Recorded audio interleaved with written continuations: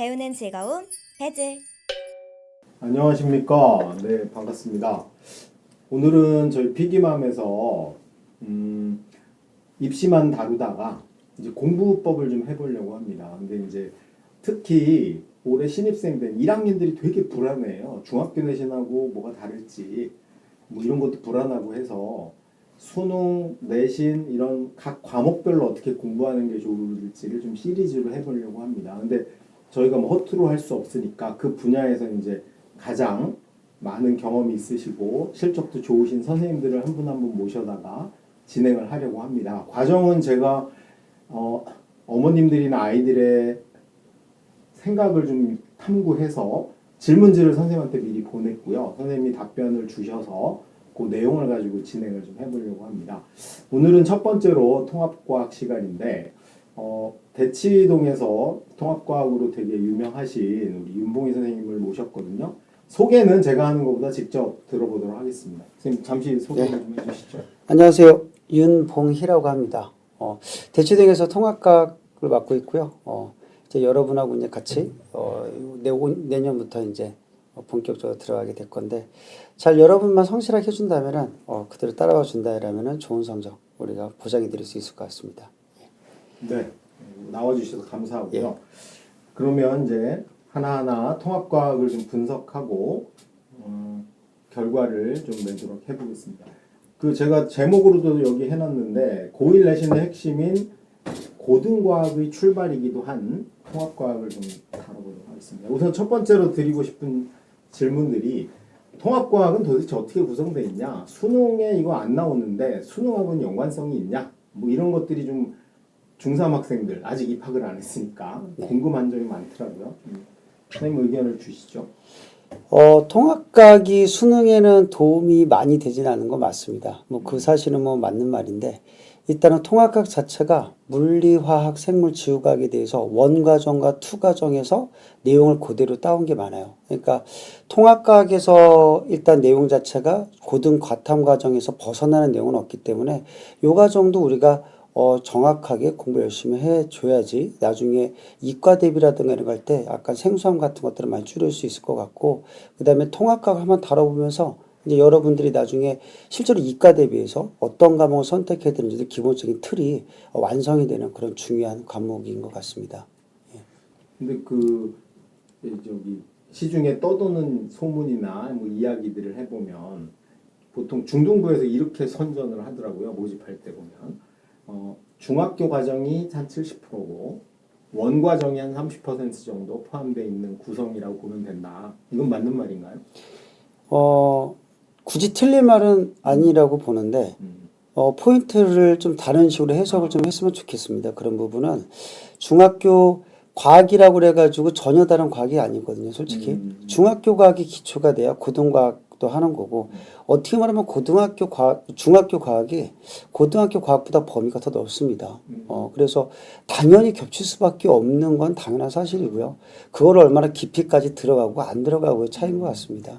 하긴 우리 중학교 보면 저도 옛날에 진짜 옛날이지만 기억나. 물상 이래서 배웠던 기억이 나는데 중학교학은 애초에 통합과학이겠네요. 그렇죠. 그러면 그거의 연장선이고 원을 전문적으로 배우는 어떤 브릿지 과정이라고 보시면 되지 않을까 싶네요. 네.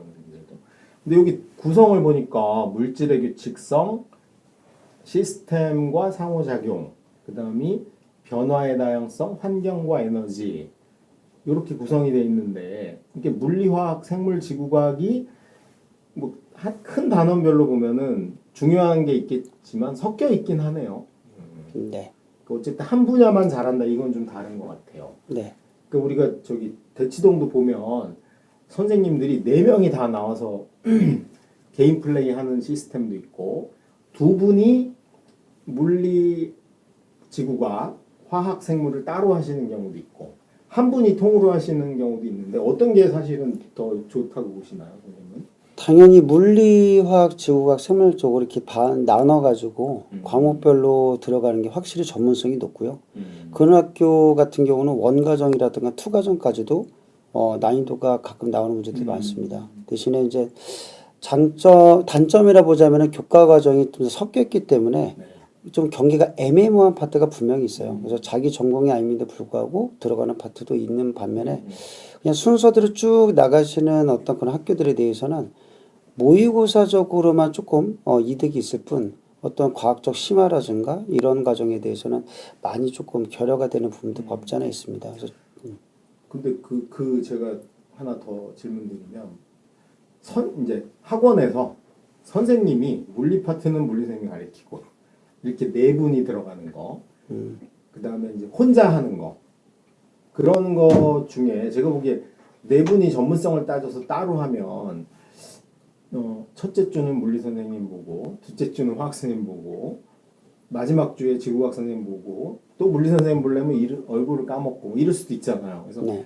학원에서 공부하기에는 솔직히 어떤 게 유리할지 어떤 강좌를 선택하는 게 좋을지 거기에 대한 조언을 한번 해주셨으면 좋겠어요. 통합과학 자체 과목 특성에 맞추면은 물론 전문성 있게 들어가는 것도 나쁘지 않은 선택이라고 봐요. 근데 문제는 통합과학은 100% 내신이기 때문에 학교 문제 스타일, 시스템, 그 다음에 분위기 이런 거 모두 고려를 해야 되거든요. 네. 그래서 여러 선생님들이 섞이면 당연히 의견 충돌이 발생할 수밖에 없고 아무리 선생님들이 따로 나눠서 한다 하더라도 그렇게 됐을 때 효율이 너무 떨어지는 그런 경향도 있습니다. 그래서 누구는 범위가 너무 좁고 누구는 범위가 너무 많고 하기 때문에 이것들이 적절한 분배라든가 이런 것들이 상당히 이루어지기 힘들어요. 네. 그래서 차라리 그냥 그 학교 처음엔 시행착오가 있어야 되겠지만 어떤 특정 학교에 대해서 오랫동안 경험이 있는 분들이 한 과목 맡아서 하시는 게 훨씬 지금 경험상으로는 훨씬 효율성이 더 높다라고도 볼 수 있습니다. 네. 어쨌든 구성은 그렇게 돼 있지만 우리가 준비하고 내신을 대비하는 데 있어서는 한 선생님이 학교를 정확히 이해하고 지도하시는 게 훨씬 유리할 수 있다. 그렇게 정리를 하면 될 것 같고요. 두 번째로 애들이 이제 학원 다니면서 저한테 제일 질문 많이 하는 게 이런 겁니다. 뭐냐면 A 고등학교, B 고등학교, C 고등학교가 같이 배우는데 어떤 학교는 1단원, 4단원 이렇게 나가고 어떤 학교는 막 이게 달라. 그래서 출제 범위도 다 다르고 출제 유형도 다 다른데 이게 너무나 감당이 가능하냐. 우리나라가 지금 고등학교 한 1,700개 되거든요. 네. 이 범위와 유형 문제를 어떻게 해야 될 건지 이 부분에 대한 얘기를 듣고 싶어 하는 분들이 많거든요. 네. 선생님 의견을 좀 주시죠. 일단은 통합과학은 뭐 말씀하신 것처럼 너무 출제형도 다양하고 범위가 너무 많아요. 그래서 이런 범위를 맞추기 위해서는 학교 기출문제가 먼저 골격으로 여러분들이 먼저 한번 쭉 훑어보는 게 먼저 필요합니다. 그러니까 공부를 한 다음에 마지막 과정에 기출문제를 보는 게 아니라 기출문제를 먼저 공부하고 그 다음에 통합값을 들어가야지 우리 학교가 포인트가 뭐고 이 정도 난이도고 어느 정도 시험 범위가 되는지 정확하게 조금 인지가 가능할 거예요. 그래서 학교마다 이거는 뭐 당연히 다르기 때문에 딱 뭐 어떤 포괄적으로 평균적으로 이게 내겠다 이렇게 말이 될 수가 없습니다. 그래서 꼭 이건 학교 기출문제 먼저 항상 여러분들 먼저 분석을 한 다음에 그 다음에 이제 거기에 맞춰서 공부를 하는 게 맞을 거라고 봅니다. 이게 되게 다른 과목하고 중요 포인트인 것 같아요. 다른 과목은 개념을 본 다음에 그 개념을 기출로 확인하는데 통합과학은 너무 다양하니 기출문제 먼저 흐름을 파악하고 이제 공부에 들어가자. 되게 중요한 말씀인 것 같고요. 근데 이게 교육과정 바뀌고 올해가 4년 차잖아요. 네. 솔직히 기출문제가 이제 3개 있는 거잖아요. 그렇죠.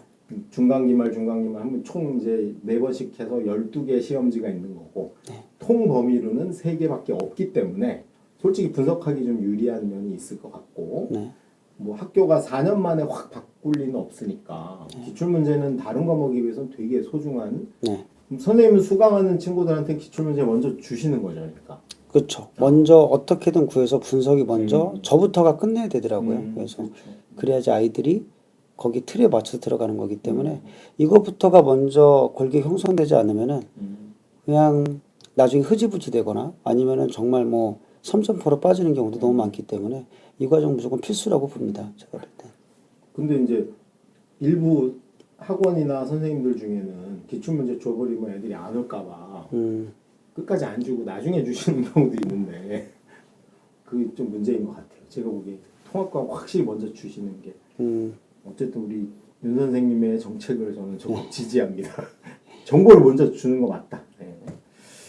그 다음에 그 다음에 이어지는 아이들의 가장 궁금한 점이 또 이겁니다. 근데 다른 과목과 달리 왜냐하면 솔직히 통합과학 선행을 제일 안 했더라고요. 왜냐하면 중학교 학원들이 선행 순서를 어떻게 애들한테 제시하냐 하면 야 일단 물원 화원 하고 나서 그거 다 해두면 통합은 저절로 되니 나중에 해. 이래가지고 맨 뒤로 밀렸고 수학을 보면은 애들이 제일 먼저 상하부터 하잖아요. 심지어 6학년부터 해. 그러니까 이게 다른 과목하고는 내신 대비하는 순서가 좀 다를 것 같긴 합니다. 이 부분에 대해서 좀 선생님이 의견을 좀 주시죠. 일단 모든 과목이 마찬가지인 것 같습니다. 뭐 공부할 때 어려운 거를 많이 하면은 당연히 쉬운 거를 더 하기 쉽고 뭐 그런 부분은 당연한 것 같은데 통합과학 같은 경우는 물리원을 아무리 열심히 했다 하더라도 표현하는 방식에 따라서 답이 틀릴 경우가 많아요. 그러니까 물리원스럽지는 않다는 거죠. 내용이. 내용은 물리원이 맞지만 표현하는 방식 그리고 어떤 학교마다 어떻게 이거를 말을 꾸밀 건지 내용적인 파악들 이런 것들이 좀 더 실수를 줄이는 문제이기 때문에 제가 지금 맡아본 경험에 의하면은 어려워서 아이들이 성적이 안 나온 경우보다는 오히려 표현 방식에 익숙하지 않아서 그리고 고등학교 처음 올라와서 중학교 때 공부했던 그런 어떤 문제 유형들과 너무 달라서 그런 경우에서 실수를 하는 경우가 너무 많습니다. 저희가 어쨌든 1등급 100점을 목표로 하는 게 목적이기 때문에 그래서 실수 하나하나 하면 안 되거든요. 그래서 그런 부분들이 오히려 쉬운 내용이지만 여기서 실수가 한다거나 그런 파트가 있기 때문에 무작정 어렵게 공부한다가 다는 아닐 것 같아요. 통합과학은 통합과학스럽게 거기에 맞춰서 표현하는 방식도 학교별로 맞춰서 정말 개별적으로 특징적으로 들어가야 될 것 같습니다. 어쨌든 아까 선생님 지적하셨듯이 기출로 흐름을 파악하고 나면 우리 학교의 주요한 범위나 단원이 도출이 될 테니 그 개념을 확실히 정리하고 이 개념 정리가 중학교식으로 단발마적으로 암기하는 게 아니고 그 학교가 표현하는 방식 또는 시험에 언급되는 방식으로 개념을 이해하는 게 중요하다. 이렇게 말씀을 하셨고 사실은 뭐 아주 어려운 문제 한두 개보다는 전체적인 흐름을 이해하는 게 더 중요하다고 말씀을 하신 것 같아요. 근데 제가 3년치 통합과학을 보고 학교별로 분석을 해보고 학부모님들이나 애들하고 얘기를 하다 보니 이 고등과학이 어려운 이유가 진짜 용어 문제라고 얘기하는 경우가 많더라고요. 수학은 이과 애들 입장에서 용어가 몇 개 없어요. 방정식, 부등식 뭐 몇 개 없는데 이놈의 과학은 물리 용어만 해도 일단 다 한자어잖아요. 그러니까 애들이 중학교 때 선행이 완벽하게 안 되는 이유가 예를 들어서 식으로 표현된 걸 외우는 건 가능한데 일단 물질이 뭐냐 이거 이해하려면 이게 사실 철학이야. 그렇죠. 뭐 그러니까 실제로 이게 좀 나이 쌀도 먹고 어휘력도 좀 늘어야 되는데 이게 통합과학이 사실은 어떻게 보면 약간 과학사적 성격도 있고 그다음에 그 지구나 우주의 발전의 역사를 그 순서대로 된 측면도 있는 것 같아요. 제가 보니까 그런 측면에서 사실은 국어랑도 좀 연동이 돼 있는 것 같고 되게 첫 시험이니만큼 정말 사자가 토끼 잡을 때 신중하듯이 이렇게 움직여야 될 것 같은데 저는 뭐 어쨌든 선생님이 그거를 이해하시고 좀 지도하신다는 측면에서는 되게 좀 확실히 아이들이 믿고 가도 되지 않을까 그런 생각은 좀 듭니다. 이게 제가 이제 성적을 분석하다 보면 대부분의 학교가 요 구성이더라고요. 중간고사가 한 30%, 기말이 30%, 수행이 한 40%, 40, 30도 있긴 하지만 근데 수행은 솔직히 거의 만점을 주는 경향이 많으니까 결국은 이제 두 번의 시험인데 저 32문항 나온 게 강남에 있는 숙모 여고거든요. 제가 본 거 중에는 문항이 제일 많았던 것 같아요. 네. 보셨을 것 같긴 한데 객관식이 24문제고 주관식이 8문제예요. 그러면 저거를 50분에 풀려면 사실은 저건 사실은 거의 무슨 IQ 테스트처럼 30초에 하나씩 풀어야 되는 거 아닌가요? 문항이 많긴 많은데 생각보다 시간이 많이 남습니다. 통합과학이. 시간이 부족해서 못 푸는 경우는 거의 보지는 못했고요. 문제 유형들이 서술형이 뭐 8문제, 뭐 10문제까지도 갈 수도 있는데 많은 문제들은 대신에 문제를 8문제를 각각 개별적으로 출제하는 경우는 좀 적고요. 주제를 하나 준 다음에 거기에 대해서 세부 문항들을 문제를 물어보는 그런 경향들이 많이 강합니다. 그래서 실제 문제가 서술형과 8문제 정도면 아마 4가지 주제 정도라면 줬을 것 같고 네. 뭐 그렇게 경우도 있고요. 특정 학교 경우는 서술형을 줄이기도 하는데 문제를 물화생지를 다 안 주고 뭐 물리와 화학을 중간고사 때 냈다라면은 2학기 때 생물하고 지구과학을 나눠서 내시든가 아니면 아예 중간고사 때 서술형을 아예 배제하시고 그 다음에 이제 기말고사 때 한 번에 내시든가 이런 경우가 많습니다. 하지만 핵심적인 건 이건 같아요. 지필평가에서 크게 성적 차이를 보지는 않는데 이 서술형에서 감점 사례가 상당히 중요합니다. 그래서 특히나 서술형이기 때문에 거기에 맞는 아까 말씀하신 것처럼 용어라든가 단어를 적절히 선택하지 않으면 오히려 내가 더 선행을 많이 해서 어려운 표현을 쓰고 어려운 단어를 썼다 하더라도 그걸 감점으로 바로 연결하시는 분들도 정말 많습니다. 그래서 정말 제가 드리고 싶은 말씀은 문항이 많던 적던 간에 그 학교 스타일의 어떤 표현대로 단어 선택이라든가 이런 것들도 충분히 연습을 해줘야 돼요. 그래서 문항이 많고 적고를 떠나서 학교스럽게 가라는 거 이거는 정말 강조드리고 싶습니다. 근데 저는 제 친구 중에 학교 선생님들이 있거든요. 이해가 돼요. 왜 감점을 해야 되냐면 이게 사실은 정말 애들이 열심히 공부하면 다 맞을 수도 있고 그러다 보니까 1등급을 4%에서 잘라야 되잖아요. 그렇죠. 근데 이거를 1점이라도 0.1점이라도 감점을 안 하면 1등급이 10%로 늘어. 그러니까 이제 울며 겨자 먹기를 어쩔 수 없이 잘라야 돼. 근데 이제 거기에 객관식을 감점할 수는 없으니 결국은 이 주관식이 감점 요소인 것 같아요. 근데 솔직히 저기 아까 여기 보시면 이게 아까 그 여고의 서술형 문제인데 5번 문제 보시면 한 문장으로 서술하시오. 여기서 감점 당한 애들도 꽤 있더라고요. 네. 그 문장에 아까 선생님 말씀하신 대로 선생님은 이 단어를 써라 그랬는데 네. 지가 어디 가서 다른 단어를 쓰고 그래서 억울한 애들이 무지 많이 나오니까 솔직히 이 통합과학 가르치는 선생님들은 그 부분을 많이 강조해야 되지 않을까 싶은데 네. 우리 윤봉희 선생님은 사실 되게 그거를 지금 일관되게 강조하셔서 좀 신뢰가 가고 있습니다. 그 8번 같은 경우는 저건 정말 초등학생 문제 아닌가요? 그러니까 통합과학이 어렵지 않습니다. 어렵지 않고요. 근데 저기도 만약에 8번 같은 유형도 그냥 태양 에너지 이렇게 쓰면은 맞을 것 같아요. 근데 이거를 계속 말을 꾸며가지고 뭐 태양 복사 에너지에서 뭐 다른 영역을 썼거나 좀 더 배웠다 그래서 뭐 가시광선 에너지 이렇게 들어가는 학생도 분명히 있습니다. 나는 학교에서 나중에 나 지구과학원 선행할 때 이게 태양 복사 에너지가 지구에 도달하면은 가시광선만 대부분 통과해. 그래서 나는 가시광선이라고 썼어. 분명 과학적으로 말할 땐 틀린 말은 아니거든요. 근데 이거를 분명 감점할 요소는 분명히 있다라는 거죠. 그렇죠. 통합해서 원하는 거는 너 이거 포괄적으로 써. 내 2점만 줄게. 이런 뉘앙스가 강하거든요, 문제가. 근데 이런 것들을 빠르게 좀 캡처를 해줘야 돼요, 저희가. 저거 보니까 이 생각이 나네요. 뭐냐면 내신 잘하는 애들은 눈치가 좀 있는 것 같아요. 맞습니다. 선생님이 저걸 공식적으로 이거 문제 혹시 나오면 이렇게 표현해라고 언급을 안 했어도 눈빛을 보고 수업 들으면서 이건 이렇게 써야 될 것 같아. 이런 게 좀 있어야 되는데 감 떨어지는 애들. 맞습니다. 전 진짜 학교 수업 열심히 듣는 거 되게 중요한 것 같아요. 네. 다음으로 한번 넘어가 볼게요. 이제 이게 선생님들이 저는 이게 되게 약점인 것 같아요. 수학이나 과학 선생님들 특히 보면은 가르치시는 건 잘하고 막 개념도 잘 가르쳐 주시는데 문제는 1등급이 어떻게 잘리고 결국은 이제 우리 애들이 내신을 공부하는 이유는 딱 한 가지인데 등급을 잘 받는 거잖아요. 근데 이게 최종 목표는 1등급을 받는 거예요. 근데 제가 자료를 정리해 봤는데 제가 선생님한테도 보여드렸지만 휘땡고, 숙땡고, 광땡고, 이땡고 4개의 학교를 비교해 봤습니다. 2개가 강남이고 2개는 저 수원 쪽에 있는 학교들이에요. 영통국에 있는. 네.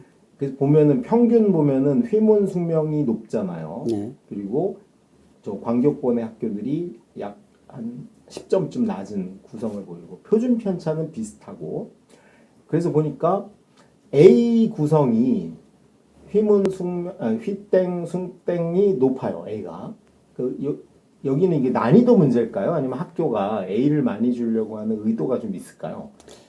선생님 문항을 분석해 보신 결과로는 어떻게 보세요? 일단 약간 지역마다 약간 분명히 차이는 있습니다. 뭐 네. 대치동하고 다른 경기권하고 분명 차이는 보이는데 대부분 성적 분포가 정규 분포랑 많이 떨어져요. 그러니까 정규 분포는 좀 중간대가 좀 많아야 되고 네. 양 옆으로 해서 좀 낮아지는 비율을 보여야 되는데 통합각이란 과목이란 특성인지는 몰라도 이게 앞뒤로 이렇게 많아지게 되는 역으로 되는 그래프가 많이 그려지거든요. 근데 조금 괄목할 만한 게 뭐냐면은 약간 다른 점은 좀 경기권 같은 경우는 뒤쪽에 조금 분포가 상당히 확 올라가요. 네. 그리고 강남권이라든가 조금 학군이 좀 높은 이런 지역 쪽은 좀 앞쪽으로 많이 쏠리게 되는 이런 패턴을 보입니다. 그래서 어느 정도 경쟁률이라든가 어느 정도 학생들이 공부하는 수준이라든가 이런 게 조금은 영향을 받긴 받습니다, 분명히. 그래서 아무래도 선행이라든가 이런 과학 같은 선행 비율이 아무래도 강남권이 좀 높긴 높거든요. 현실상 뭐 경기권이 적다는 건 아닌데 네.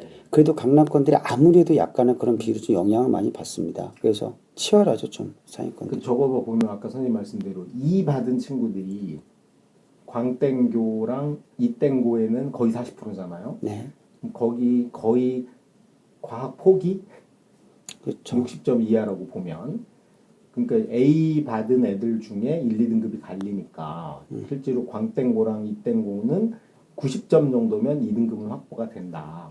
그렇게 해석이 가능할 것 같고 네, 강남권은 90점 받으면 4등급이네요. 맞습니다. 29, 31%니까 거의 지금 강남권 애들은 100점을 도전해야 되는 거고. 맞습니다.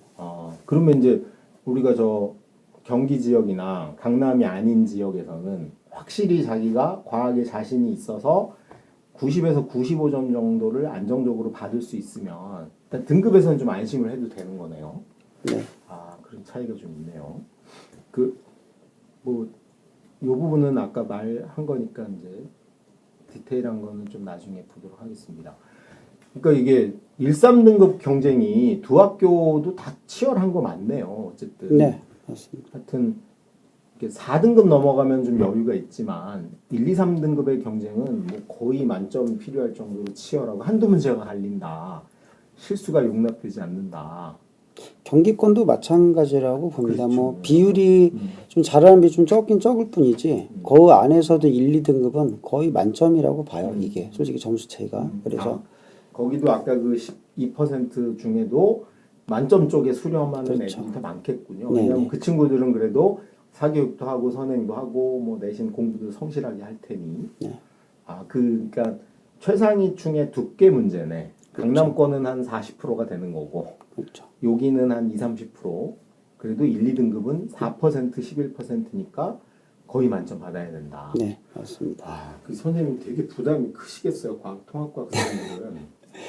부담이 많이 되죠. 그러니까 이게 아무리 문제 차라리 어렵게 나와가지고 성적이 갈리면은 그나마 용납은 되는데 정말 얼토당토 없는 실수 정말 아무렇지도 않은 문제 하나 서술형에서 1점 깎여서 2등급 받아오거나 몇십 등이 밀리는 경우도 많거든요. 그래서 그런 경우에서는 정말 저보다는 아이들이 정말 많이 억울합니다. 정말. 선생님 똑같을 하실 거 아니에요. 예를 들어서 98점 받았는데 2점인데 그것도 예를 들면 서술형에서 뭐 표현을 하나를 잘못해갖고 감점당했어. 그것 때문에 1등급일 아이가 2등급이 됐어. 이러면은 그런 얘기 들으시면 저도 열불 나죠. 예. 하여튼 고생이 많으시네요. 이제 본격적으로 우리 선생님의 조언을 한번 들어보도록 하겠습니다. 통합과학 자체는 일단 여러분들이 생각하는 것처럼 뭐 공부하는 양이 특별하게 많지는 않습니다. 근데 문제는 좀 많이 난해하죠. 그러니까 어디까지 할 건지, 어느 깊이까지 들어갈 건지가 상당히 난해한 과목이에요. 그래서 공부할 양은 많지는 않지만 깊이의 기준은 먼저 정해야 된다. 이건 아까 말씀드린 것처럼 기출 문제가 먼저 분석이 돼야 그 틀이 나올 거고요. 그래서 그거를 먼저 여러분들이 골격을 먼저 대략 기준값을 만들어 놔야 됩니다. 그 다음에 이제 시험 범위가 쭉 나가는 학교든 물화생지를 분산하는 파트든 간에 어쨌든 시험 범위는 분산이 될 수밖에 없는 구조입니다. 통합과학이. 그래서 이게 어느 한쪽 파트만 뭐 물리가 내가 이제까지 보였던 과목 중에 어려웠어. 또는 물리가 어렵죠. 화학도 마찬가지고.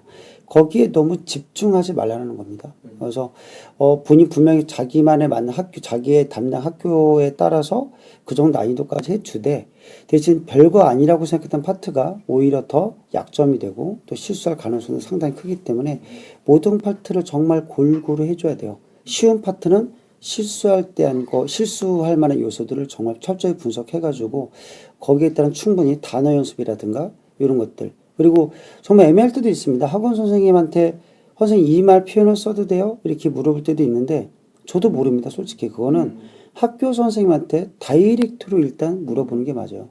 저 같은 경우는 아이들한테 시킵니다. 녹음까지 해오라고. 선생님 이 말 써도 돼요? 근데 나중에 왜냐면 말이 바뀌거든요. 이게 써도 돼? 지나갔던 말이었지만 나중에 그 말이 써서 감점당한 사례도 있었습니다. 솔직히. 그래서 그런 것도 항상 이런 표현 써도 되는지 안 되는지 어디까지 해야 되는지 학교 선생님한테 항상 확인하는 작업이 필요해요. 그리고 이제 거기에 대해서 정보들을 공유해서 저희 같은 학원 선생님들은 거기에 맞춰서 이제 문제 어떤 출제 문제라든가 이런 것들 예상 문제들을 충분히 저희가 제공도 해줘야 되겠죠. 그래서 한 명만 가지고는 시험이 잘 나올 수 없다. 점수가 항상 상호적으로 저희가 전략을 짜야 됩니다. 그 다음에 이제 당연히 뭐 매 수업 시간마다 집중해야 되는 건 맞는 말일 거예요. 수학학원하고 과학학원이 틀린 점이 수학은 일주일에 적어도 2번, 3번은 가죠. 여러분들이 피드백 가져서 뭐 매일 가는 경우도 있습니다. 과학은 일주일에 한 번 가요. 그리고 여러분들이 한 번 했을 때 매일 또 복습이 되기 어려워요. 그래서 이런 부분 때문이라도 많이 여러분들이 좀 연계가 많이 떨어지는 그런 과목 파트는 건 분명히 맞기 때문에 매 수업 시간만큼은 정말 어떤 과목보다도 집중을 좀 해줘야 된다라는 거. 그리고 한 주라도 결여가 있으면 안 됩니다. 이게 한 주가 결여가 되면 보름이 빠지는 거예요, 이게. 그러면 여러분들 분명히 누락되는 것도 많을 것이고 연계성도 당연히 떨어질 거라 봅니다. 그래서 매 수업 시간마다 정말 그 시간만큼 집중해야 된다는 거고 그 다음에 거기에 따른 문제라든가 이런 것도 너무 텀을 들이지 마세요. 그날 풀어보시는 게 가장 좋고 이틀 이내로 꼭 응용 복수 문제가 꼭 들어가야 될 거라고 봅니다. 그리고 마지막 시험 대비 때 좀 대부분의 성적이 마지막에 안 나오는 학생들의 공통점이 뭐냐면은 그 전까지 공부를 열심히 해요. 하는데 시험 보기 2주 전부터 이제 모든 시험 대비 직보를 국영수에 맞춰줍니다. 그리고 통합과학은 전날에만 하죠. 성적이 잘 나올 수가 없습니다. 그래서 모든 과목이 마찬가지겠지만 끝으로 가면 갈수록 피치를 계속 올려줘야 돼요. 그래서 끝나기 전 우리가 시험 범위가 이제 마지막 이제 직전 대비 때는 새로운 거 하라는 거 아닙니다. 지금까지 공부했던 거 틀린 거 다시 한번 봐야 되고 그리고 정말 마지막으로 강조드리고 싶은 게 마지막 성적 올리는 가장 좋은 비결은 학교 교과서 무시하지 말라는 겁니다. 학교 교과서 문장 대부분의 그러니까 뭐 1700개 학교가 있었다고 그랬는데 그 학교들 대부분 제가 장담합니다. 학교 교과서 무시 안 하거든요. 교과서 문장 그대로 내는 학교 상당히 정말 많습니다. 아무리 뭐 강남권이든 경기권이든 간에 학교 교과서 기준을 가지고만 내시기 때문에 교과서 꼭 강조드리고 싶고 학교마다 다른 유형이 있다면 그건 분명히 학교 프린트가 나오든가 부교재가 있을 겁니다. 같이 묶어서 마지막 과정 때 꼭 필수적으로 암기 집중적으로 하시라는 거. 이거 정도 말씀드리고 싶습니다. 이게 선생님 얘기 들어보면 이게 과학 선생님이지만 예를 들면 국어 선생님 역할도 동시에 해야 될 것 같네요. 맞습니다. 그 우리 국어 보면 문학 파트가 있고 비문학 파트가 있는데 그 비문학 국어 선생님 역할을 해야지 사실 통합과학에서 완벽한 강사다. 우리가 좀 그렇게 봐야 될 것 같고 그 부분에 뭐 우리 선생님들은 막 노이로제가 있을 정도로 되게 민감하실 것 같아요. 맞습니다. 제가 사례로 제가 제일 아끼는 제자 중에 지금 고3 되는 친구가 있는데 이 친구가 정말 출중한 실력이거든요. 수학도 뭐 K 뭐 상도 받고 그다음에 과학도 막 물리 경시 상도 받고 압도적이었는데 이 친구가 전교 1등을 놓쳤어요. 이유가 뭐냐면 1학년 통합과학을 3등급을 받았는데 그게 지구과학에 한 문제를 틀렸다 그러더라고요. 그래서 이 친구 그 트라우마 때문에 지금도 지구과학을 싫어해요. 수능도 지구과학은 거짓대도 안 보고. 그러니까 아까 저 말씀하신 두 번째, 그러니까 이게 잘하는 게 결정하는 게 아니고 약점이 결정하는 게 맞는 것 같네요. 네. 선생님 저 부분은 되게 중요한 걸 지적해 주신 것 같아요. 잘하는 거 잘한다고 계속 그거 가지고 붙들고 있을 게 아니고 혹시 놓치는 게 있는지. 네. 엄청난 도움이 될 것 같습니다. 마지막으로 선생님의 선생님 수업을 들어야 되는 이유나 선생님 교재의 장점이나 그런 부분 한번 정리해 주시고 마무리하시죠. 네. 그냥 뭐 제 자랑 자랑하시죠. 자랑인가요? 예. 일단은 뭐 물화생지가 어쨌든 다 들어가는 과목이 통합과학이기 때문에 여기에 대해서 폭넓은 좀 경험이 좀 있어야 된다고 봅니다. 그래서 비록 뭐 저희 대한민국에서 물화생지 모두 공통 전공은 없어요. 참고로 이제 저도 이제 생물 전공을 했고 이제 공통과학으로 이제 부수 전공을 했는데 제가 처음에 전교사부터 출발했습니다. 저도 그래서 그때 생물 전공을 했는데 물리 선생으로 들어갔어요, 맨 처음에. 어허. 그래서 물리 선생으로 처음에 있다가 물리생은 없었군요. 예, 그것도 큰 영향이 있죠. 그래서 물리를 그냥 몸으로 받아들였죠, 그때. 몸으로 깨우쳤고. 그래서 물리하고 있다가 이제 학원 강사 쪽으로 오면서 이제 생물하고 지구가 화학 쪽으로 이제 범위도 넓히면서 지금까지 했었던 건데 이게 저한테는 엄청나게 지금 큰 메리트로 되고 있어요. 그래서 예전에 저도 처음에 가르치는 걸 처음 배웠던 거에 대해서는 저의 스승격인 선생님께서는 그냥 시키면 다 해라. 너한테 언젠가 이게 피게 되고 살이 될 거기 때문에 가리지 마라. 과학은 다 해야 된다. 그게 저한테는 지금 엄청나게 큰 경험치가 됩니다. 그래서 이게 좀 깊이가 있어야지 어떤 고등학교 3학년 정도까지 다룰 정도가 되면은 물화생제 깊이를 조절할 수가 있어요. 어느 정도가 심한지 어느 정도에서 끊어야 되는 건지 정확한 틀이 나올 수가 있기 때문에 그 부분에서 제가 제일 큰 장점을 가지고 있는 것 같고요. 그다음에 뭐 교육 1번지겠죠. 아무래도 뭐 대한민국에서는 뭐 대치동에서 계속 뭐 통합과학이라든가 융합과학 더 나서 고1 과학 때부터 7차 교육과정부터 지금 계속까지 해와서인지 몰라도 틀이 변화되는 게 계속 보여요. 이게 얻는 유형으로 나오게 되고 학교마다 어떻게 바뀌고 있고 그리고 학교 지금 심지어 교육과정이 어느 포인트를 가지고 계속 바뀌어가고 있는지도 대략 눈치가 저기 보이는 것 같습니다. 그래서 그런 1등급 100% 달성한 학교는 어딘가요? 땡을 넣어가지고 한번 얘기해 주시죠. 단땡 학교인데 예. 이 학교는 2학기 중간고사 때였던 걸 알고 있는데 100% 1등급은 100%다 끊었고 웬만한 그러니까 제가 맡고 있는 학교 중에서는 대부분 아이들은 2등급 컷에서 대부분 다 마무리가 되는 편입니다. 근데 그게 너무 치열해서 아이들이 자기들만의 싸움이라고 하죠. 대부분. 그래서 그런 부분이 조금 누구는 똑같이 가르치면도 불구하고 이제 한 문제 차이 같다 이렇게 성적 차가 많이 갈려서 그 부분이 조금 많이 안타깝기도 합니다. 예. 그래서 이제 이렇게 하면 될 것 같고 이제 여러분들이 이제 마지막에 이제 여러분들이 노력만 해주신다면은 저는 그에 따라서 최고의 어떤 퀄리티로 문제 제공이라든가 예상 문제, 핵심 정리까지 다 제공할 준비는 돼 있습니다. 그러니까 여러분만 이게 제일 힘든 부분 같은데 노력만 잘 해주시면은 될 것 같습니다. 예.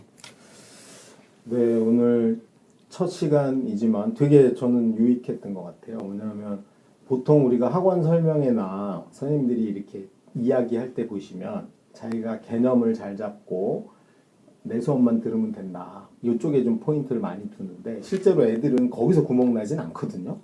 솔직히 개념 정리가 잘 돼 있고 수업 열심히 듣는 애는 1, 2, 3등급이 될 수는 있으나 특히 통합과학에서 이게 1이냐 2냐 3을 가르는 건 아까 말씀했듯이 그 국어적 감각의 탁월함, 그 다음에 수업에서 나오는 눈치, 그리고 마지막에 내가 어떻게 마무리할 거냐. 근데 선생님은 그걸 인지를 하고 계시니까 막 그런 잔소리, 애들 입장에서는 잔소리, 어른들 입장에서는 팁 이런 게 좀 날아가지 않을까 싶긴 한데요. 그 통합과학은 확실히 혼자 열심히 한다고 되는 것도 아니고 수업만 잘 듣는다고 되는 것도 아니고 그 다음에 학원에만 의존해서 되는 것도 아니고 사실 이게 학교 수업, 학교 교재, 학원 선생님 그 다음에 본인이 눈치 있게 마무리하는 거 이 정말 삼위일체가 돼야 되는 한마디로 예술이네요. 솔직히 다른 우리가 고2 올라가면 여러분 이제 고2 올라가면 특히 이과 친구들은 물리원, 화학원, 생물원, 지구과학원 중에 골라서 내신을 하잖아요. 그때는 솔직히 1등급 컷이 한 90이거나 80점대로 내려오는 경우도 있거든요. 그건 정말 실수 상관없고 눈치 없는 놈도 가능한데 이 참 통합과학은 확실히 통합 예술로 우리가 봐야 되지 않을까 싶습니다. 오늘 첫 시간에 이렇게 나와주셔서 이 정말 피가 되고 살이 되는 말씀 해주셔서 감사합니다. 감사합니다. 또 기회 되면 제가 또 모시도록 하겠습니다. 네, 이제 생물 알겠습니다. 때 한번 나오시죠, 선생님. 네, 알겠습니다. 네, 오늘 저희가 과목별로 어떻게 하면 공부 잘하고 그다음에 내신 등급을 잘 딸까, 수능을 잘 받을까 이런 거를 하기 시작했는데 우리 첫 시간은 통합과학이었습니다. 마무리하고요. 우리 나와주신 윤 선생님한테 집에서 박수 쳐주셨으면 감사하겠습니다. 고맙습니다. 같이 인사하시죠. 감사합니다. 예. 배우는 즐거움 패즐